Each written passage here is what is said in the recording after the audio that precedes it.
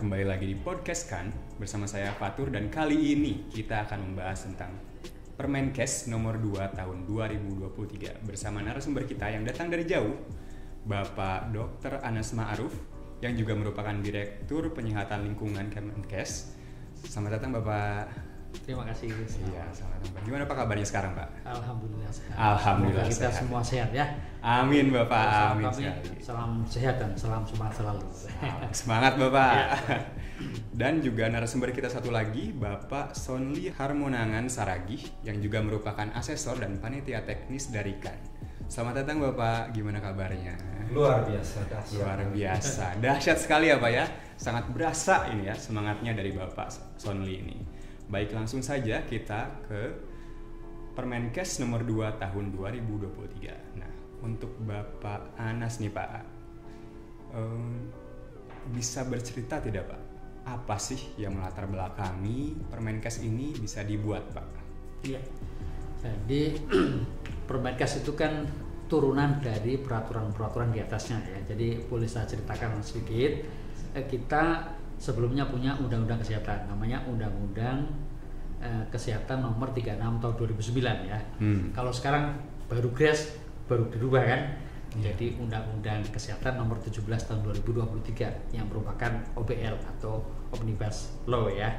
Nah, di Undang-Undang 36 2009 tentang kesehatan yang sebelumnya itu mengamanatkan salah satunya di pasal 163 itu, yaitu supaya dibuat peraturan pemerintah terkait dengan standar baku mutu kesehatan lingkungan dan pengolahan limbah. Nah, kemudian terbitlah PP 66 tahun 2014 tentang kesehatan lingkungan tahun 2014 itu. Nah, di dalam PP ini itu mengamanatkan berbagai Permenkes yang untuk mengatur standar baku mutu berbagai media lingkungan. Kalau ngomong media lingkungan itu ada udara, tanah, air, pangan, kemudian standar sarana bangunan, dan juga vektor binatang pembawa penyakit. Nah, itu tadinya mau dibuat sendiri-sendiri, tetapi kemudian daripada kita membuat Permenkes banyak, sehingga kita satukan. Nah, merupakan boleh dikatakan ya itu sebuah Permenkes yang sifatnya juga OBL ya, Omnibus Law juga. Jadi dia menggabungkan dari berbagai rancangan Permenkes tentang standar baku mutu kesehatan lingkungan dan juga berbagai Permenkes terkait upaya kesehatan lingkungan. Jadi akhirnya itu digabung menjadi satu yang merupakan simplifikasi dari berbagai Permenkes sebelumnya, sehingga kita punya Permenkes 2 tahun 2023 yang tadinya gabungan dari berbagai standar baku mutu kesehatan lingkungan di berbagai media menjadi satu, yaitu Permenkes tentang peraturan pelaksanaan PP Kesling, PP nomor 66 tahun 2014 tentang kesehatan lingkungan. Jadi boleh disebut Permenkes 2 2023 ya Omnibus Law juga, karena dia mencabut 17 Permenkes dan Kemenkes ya. Oh iya Pak, berarti untuk peraturan-peraturan yang sebelumnya itu memang dicabut ya Pak ya? Ya belum semuanya ya, ini makanya belum semuanya. Jadi ada beberapa Permenkes yang tidak bisa digabungkan di situ. Tadinya kita ada beberapa juga Permenkes yang akan dicabut dari gabungan, tapi ternyata dari amanat PP Keslingnya itu kan belum. Jadi akhirnya kita menggabungkan mana yang bisa digabungkan, sehingga dari 17 itu belum semua Permenkes terkait dengan penyelenggaraan kesehatan lingkungan kita cabut semuanya. Ada beberapa lah, kita identifikasi kurang lebih masih ada 7 Permenkes yang itu di luar Permenkes 2 2023. Ke depan akan digabungkan lagi itu, karena ada beberapa yang sudah kita masukkan dalam rancangan peraturan pemerintah sebagai turunan Undang-Undang 17 2023 tentang kesehatan, itu nanti akan kita gabungkan. Jadi memang lebih ke sana kita harus lebih simpel gitu. Oh, iya. Terkait dengan peraturan perundangan. Betul Pak. Baik, setelah mendengarkan ringkasan dari Permenkes nomor 2 tahun 2023, saya harap teman-teman tetap pada podcast kali ini dan jangan kemana-mana, karena kali ini kita akan membahas lebih jauh lagi mengenai Permenkes nomor 2 tahun 2023.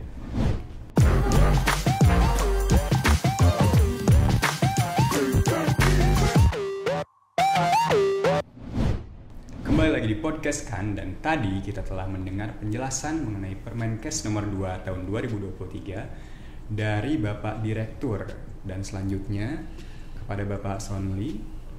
Apakah ada pandangan nih Pak mengenai Permenkes nomor 2 tahun 2023 selaku asesor dan panitia teknis KAN nih Pak. Gimana Bapak pandangannya Pak? Ya, baik Mas Fatur, terima kasih. Dari penjelasan Pak Anas ini memang terlihat Permenkes 2 2023 ini suatu peraturan yang terintegrasi ya Pak ya, jadi nggak perlu ribet nyari kemana-mana gitu, semua ada di situ seperti yang Bapak sampaikan, seperti omnibus law gitu ya. Nah, tetapi dari segi kami sebagai asesor dan panitia teknis di KAN, terkadang kami merasa agak sedikit bingung karena ada beberapa peraturan yang beririsan. Sebagai contoh, di dalam peraturan Permenkes nomor 2 2023 ini ada beberapa yang menurut kami ada sedikit benturan atau irisan dengan beberapa peraturan di luar Kementerian Kesehatan. Seperti contohnya di dalam peraturan ini mengatur tentang baku mutu tingkat kebisingan. Sedangkan baku mutu tersebut sebenarnya sudah ada peraturan yang terlebih dahulu, yaitu di Menelha 48 ya, tahun 2016.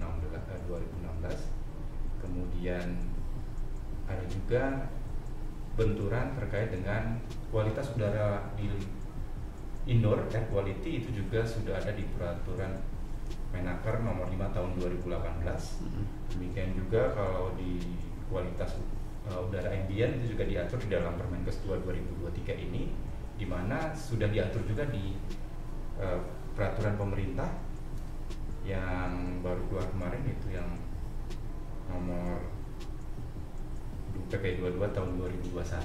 Mohon mungkin ada sedikit pencerahannya supaya kami bisa memahami lebih baik. Silakan Bapak. Oh ya, oke, baik. Jadi pertama yang mungkin ingin kami sampaikan ya, betul bahwa ini adalah Permenkes yang simplifikasi atau gabungan ya. Daripada buka Permenkes sekian tentang standar baku mutu udara, standar baku mutu tanah, air, nah ini satu buka sudah ada semuanya. Gitu.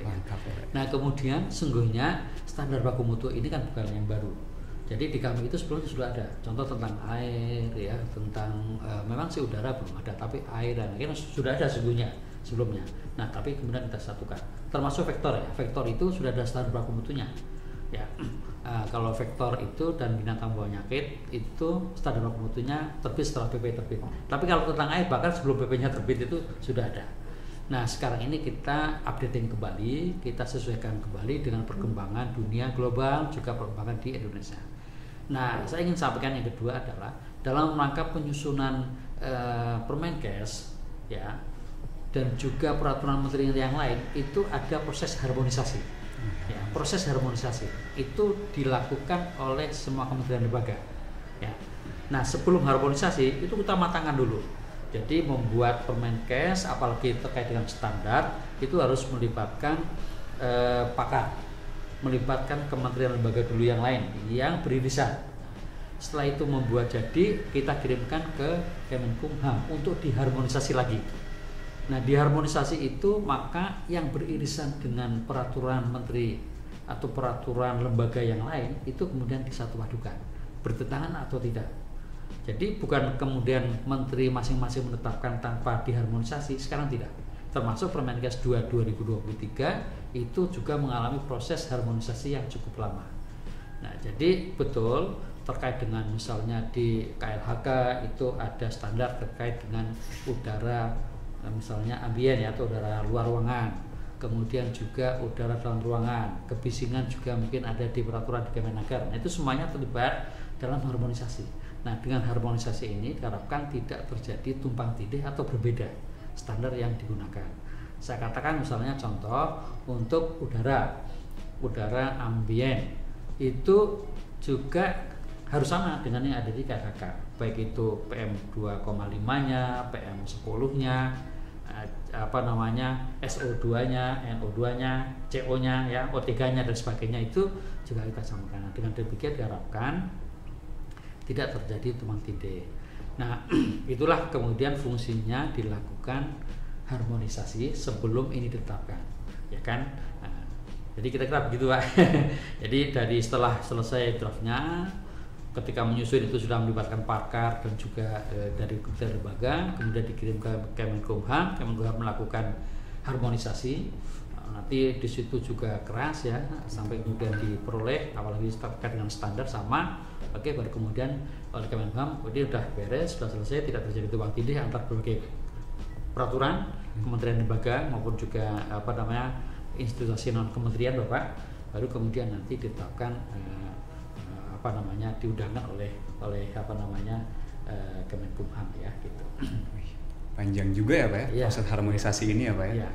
Nah kemudian Bapak apakah ada komentar lain Pak mengenai Permenkes nomor 2 tahun 2023 ini Pak?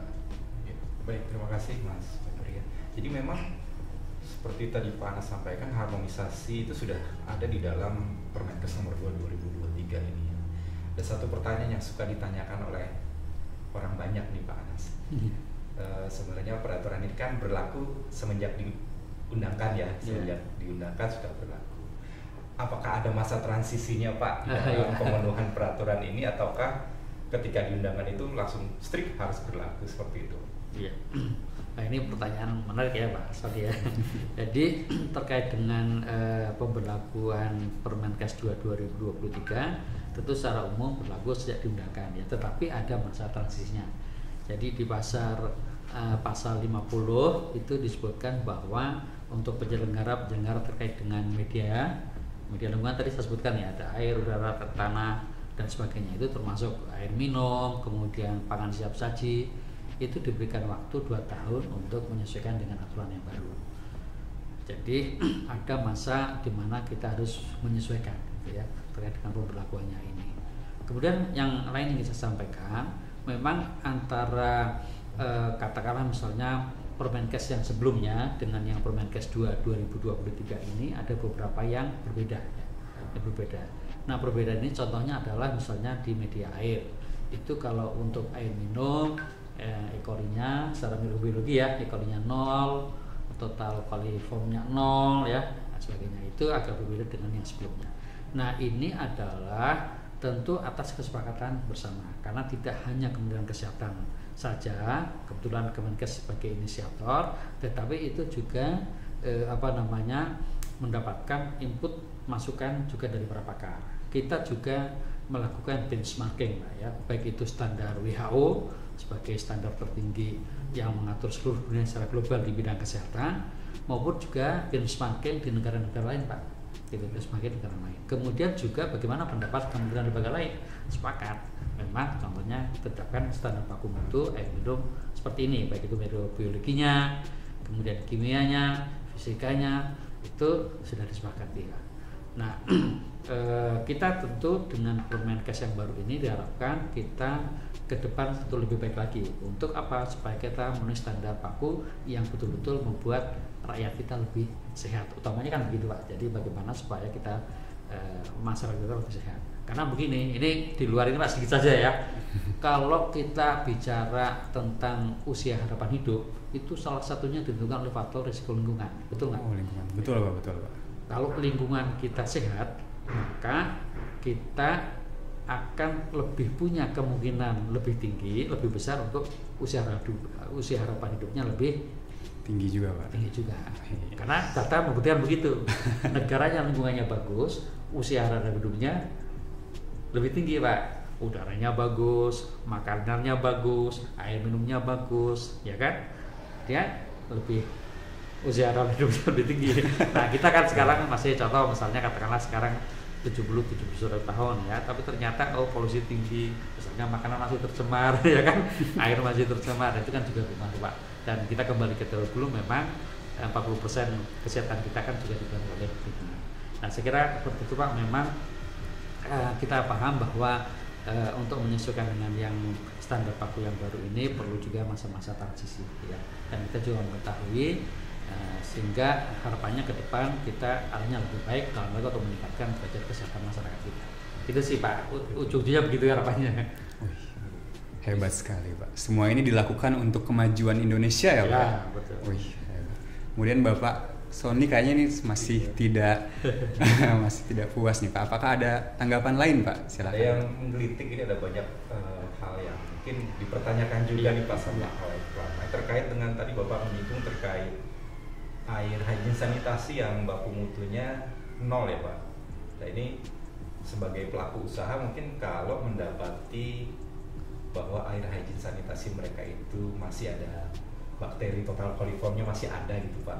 Ya. Mungkin perlu ditegaskan apa yang harus dilakukan oleh pelaku usaha untuk meningkatkan kualitas dari air hygiene sanitasi mereka mungkin Pak sekalian. Iya. Jadi ya memang di dalam perbendaharaan kita itu terkait dengan air Pak ya, diatur ada macam-macam, ada air untuk air minum, ada air hygiene sanitasi, air untuk solus for aqua ya, spa itu ya, kemudian juga kolam renang dan sebagainya. Nah untuk air hygiene sanitasi ini memang standar baku mutunya yang kita ada dalam Permenkes hampir sama seperti air minum ya, seperti air minum. Nah, karena begini, ke depan itu sesuai dengan kesepakatan nasional kita, air yang bersentuhan dengan masyarakat yang kita gunakan itu kualitasnya harus air minum. Ya, jadi kualitasnya air minum. Untuk kebutuhan MCK, mandi cuci ya, betul. Kemudian juga untuk misalnya mencuci sayuran, mencuci buah-buahan yang itu di makan mentah ya kan, kita air rumah tangga kan juga digunakan untuk itu ya. Betul sekali, itu kualitasnya air minum, kita harapkan seperti itu ke depan. Nah oleh karena itu air hygiene sanitasi ini ada karena memang dalam PP yang sebelumnya disebutkan ya, sehingga kita mengatur standar baku mutunya. Nah memang relatif secara biologi itu standar bakunya sama Pak, sama dengan air minum karena kita arahnya ke depan ke sana.